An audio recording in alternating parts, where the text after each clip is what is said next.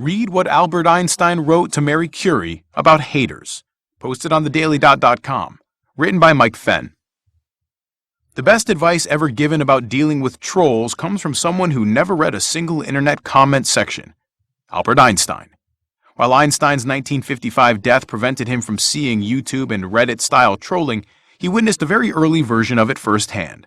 In a series of letters released last week and analyzed by astrobiologist David Grinspoon, Einstein wrote to fellow thinker Marie Curie about the disdain she was facing.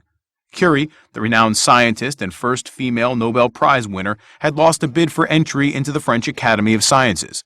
This could very well have been because she was a woman and an atheist, two things that didn't go over well in early 20th century society, no matter the country. What's more, public perception of Curie, perhaps for the very same reasons, was just as harsh. In a bid to reassure Curie that her critics and doubters were misguided, Einstein wrote to her and essentially advised her to forget the haters. Highly esteemed Mrs. Curie, do not laugh at me for writing you without having anything sensible to say, but I am so enraged by the base manner in which the public is presently daring to concern itself with you that I absolutely must give vent to this feeling.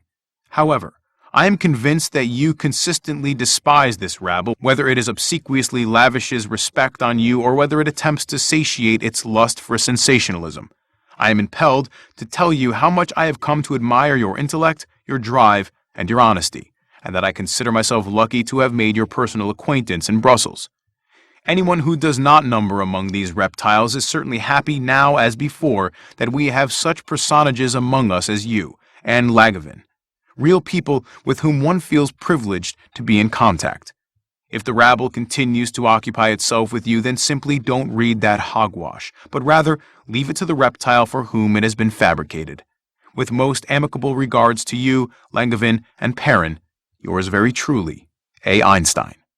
P.S. I have determined the statistical law of motion of the diatomic molecule in Planck's radiation field by means of a comical witticism, naturally under the constraint that the structure's motion follows the laws of standard mechanics. My hope that this law is valid in reality is very small, though. One can only imagine how Einstein would have responded to a 4chan thread.